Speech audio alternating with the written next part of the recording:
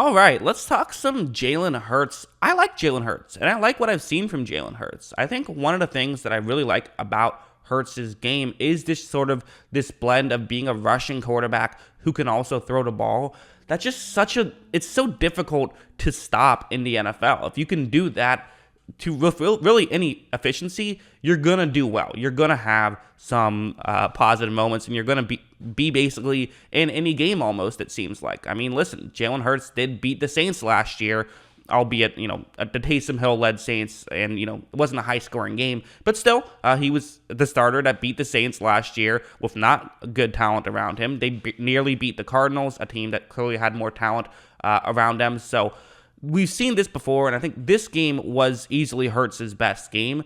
But I want to really talk about what he did so well and why Jalen Hurts works and why I've always been a fan of this type of quarterback.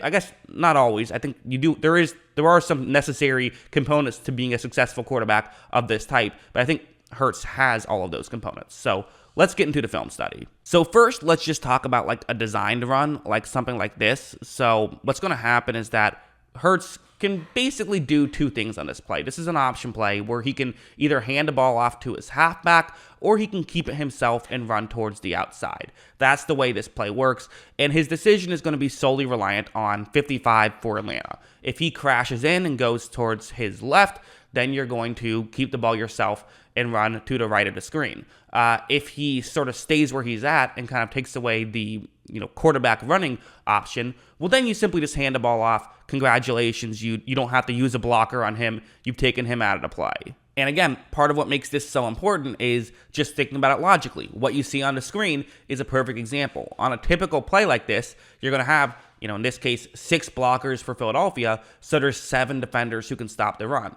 You take 55 out of the play without having to actually block him because Hurts can take away that blocker. Well, now it's 6-on-6. That makes things a lot easier. And on this play, you see that, okay, he's totally stopping the run right here. He's totally prepared for a handoff, 55 for Atlanta is. So for Hurts, he pulled the ball back, which makes some sense. And on one hand, it's like, okay, well, he's a rushing quarterback. How much can he really gain? Well, a lot. I mean, watch Hurts take it himself, and there's just no one over there who can make the play. He's going to pick up a big gain right there. So obviously that helps in that regard. But what it also helps with is if your edge have to now start defending a quarterback run, well, it just makes running up the middle that much easier. And that's why you see the Baltimore Ravens rushing attack be so effective even when Lamar isn't actually running the ball himself, because it can just set things up. You have to use the extra blocker on him. And I think something like this is very exciting for Eagles fans right here. And it's something that, I bring up the Ravens because there is an obvious similarity there. Both kind of, rushing quarterbacks, also guys who were accomplished but fell in the draft.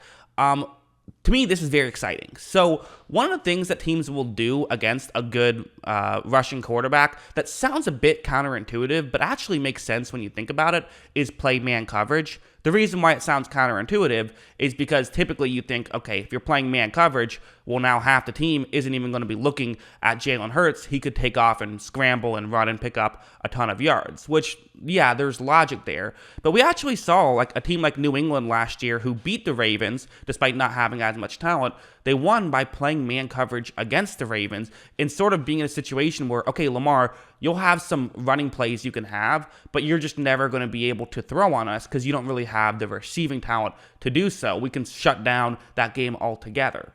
The difference is the Eagles have Devonta Smith, which the Ravens don't have, and the Eagles didn't have last season. Not just literally, but they didn't have a guy like this last season. And on this play, it's not just Devonta Smith, but it's a rub route right here. It's sort of this pick play, which is also exactly what you want to do.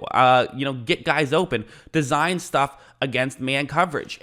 It makes me excited that the Eagles already had this kind of stuff prepared week 1, where they didn't know the Falcons would throw some man at them. They didn't run a lot of man last year, but good on Nick Sirianni for being prepared. And look, right when this play starts, I mean, this is, we're a couple steps in and Smith is going to get open. You can just already tell. It was schemed up nicely for him, and he has the speed that he's not going to miss this. And look, I mean, Hurts, lobs this one up. They're able to get that touchdown right there.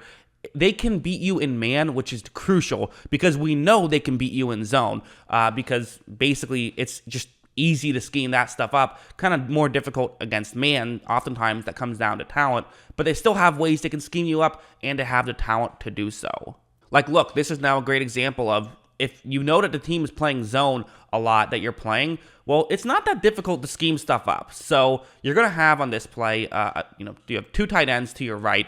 One of them is just going to run a deep route. The other one sort of fakes as though he's running underneath. That's a route you typically will often do. It can be a pretty good concept with this type of coverage. You can get into a gap in coverage, and you could just do that. That would be fine. But he's actually then going to run deep, so it's kind of a fake. The deep corner should take away the first player in that area. Now your second receiver, in this case, which is a tight end, will be able to follow him and get open that way. And like, look, right when this play starts, so you see Jalen Hurts takes a step back, and just look at how open this is. This is schemed up, right? It's a good play. But what makes this so easy to do when you're, the Philadelphia Eagles is teams are going to play a lot of zone coverage. They don't want to get burned with Jalen Hurts, and especially if, Devonta Smith can win against man coverage, well, you're going to start playing more zone, and then you can start scheming stuff up. It's really exciting stuff. And Hurts is going to make this throw. They pick up a big gain. I'm telling you, this stuff works in the NFL. I think Jalen Hurts is going to work in the NFL.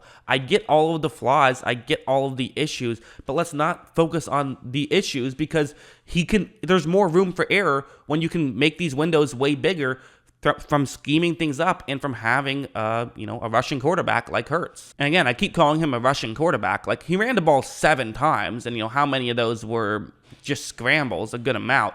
But that's not really the thing. It's more of the threat of running than actually having to run, but still running enough to keep opposing teams honest, it's what I like. And he also did have, 63 rushes last season. So it's definitely a part of his game for sure. Also, let's talk about something like this, because one of the negatives I keep hearing with Jalen Hurts is, I feel like the number keeps going down. I heard it be like I think 3.7 average depth of target, which for one thing, that sounds way lower than I bet it actually is. I don't know for a fact because that's not a stat anyone actually uses, so I don't know. It's not something I really care about, but I would imagine the average depth of target would be like something like 5.6 or something like that. That would just be a random guess. And a lot of it was stuff like this. And I also have to mention, there were good amount of screen passes in this game. So, there's going to be more, a lower average depth of target. Like, watch the game, you'll understand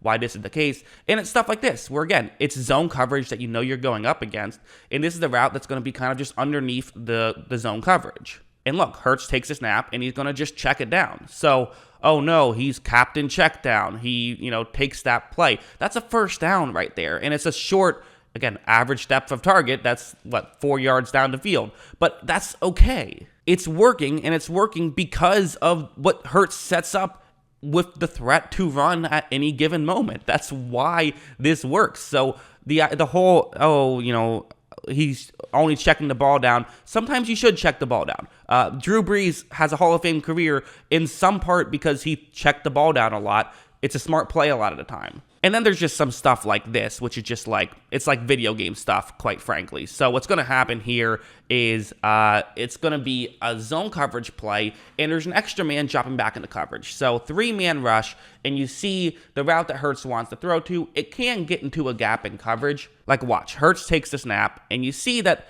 this could potentially work, but also there could be an error right here, right? Because if Hurts tries to fire this one through now, if a defender makes a good read on it, that's how interceptions do happen. I mean, we saw Zach Wilson throw an interception on a very similar play week 1 as well. Obviously, he's only played 1 week in the NFL, but it's a dangerous throw, although it's one that I think a lot of young quarterbacks do make. I remember Mayfield, his first season, had a pick 6 on a very similar play. That one also with an extra man in coverage. However, for Hurts, he's going to be a little bit more smart about this and know what tools he has. Watch him scramble outside the pocket. He basically just widens that gap. You have to respect the running game, and then he throws it to a much more open receiver. So that's what Hurts can do, is he can just widen those gaps. And we all like to say, well, you have to throw well enough. Well, he can throw well enough. I've been really impressed with his throwing accuracy, really, for every game that he's played in so far. I mean, something like this is another great example of it's a video game like play. So this is it's not really a blitz. It's still a 4-man rush, but they're being creative in how they're doing it. It's a disguise. It's still going to be a cover 3 zone, which is kind of what you would expect, I think, if it's not a blitz. But the way they're doing it, it's just a bit of a disguise. And a couple things to note. One, I have a receiver running a route that you see on the screen. That one is going to get open only because the Atlanta defender who typically would be in that area is just going to take longer for him to get there due to the disguise. The guy who's actually going to end up covering that route is currently set up as though he's the deep safety, which is obviously not going to be where he's going to end up. The other thing to note is one of the rushing players who, again, not blitzing, kind of blitzing, we can call it blitzing, even though that's not totally accurate, is coming off the edge right here. He's going to be completely unblocked, which you could argue, hey, Jalen Hurts, you got to pick this stuff up better, but it's a good disguise. I don't blame him too much. But watch how the minute this happens, he's going to see it scramble out, and then he finds the open man and makes this throw. I mean, that's just something that shouldn't happen. Like, for Atlanta, you're thinking, man, we schemed that up perfectly, and he just, was athletic enough to still not allow us to get the sack that we wanted or get even the play disrupted as we wanted. In fact, it was a good play for Philadelphia. And then there's something like this. So it's cover 2 man right here. This is just, this is insane. This is just, you talk about video game stuff. Like, I'm not even sure if you can do this in a video game. If you did this in a video game, you would have said, wow, got away with one there. Like, that was lucky, because watch what happens. So right off the bat, Hurts takes a snap, and you see that there's kind of a little gap that Hurts could run through. One thing I love about how Hurts does this, though, is how exactly he runs through it. He doesn't just go straight there. Watch him step up in the pocket because he knows how to navigate that. So he runs forward like that. Just really, again, good pocket awareness by Jalen Hurts. And now he looks over, and this doesn't appear to be open, right? Because there's an Atlanta player right there. But keep in mind, A, it's a linebacker, and B, he has his back turned. So when you have your back turned, you cannot see the football, but the receiver that Hurts wants to throw to can see the football. So that's the advantage that you have. And then just watch this throw. I mean, that's just insane right there. I'm going to show the other angle because I want you to see just this angle and how crazy of a throw it is. Again, moving off balance, throws it perfectly where he wanted. Like, that should not be possible.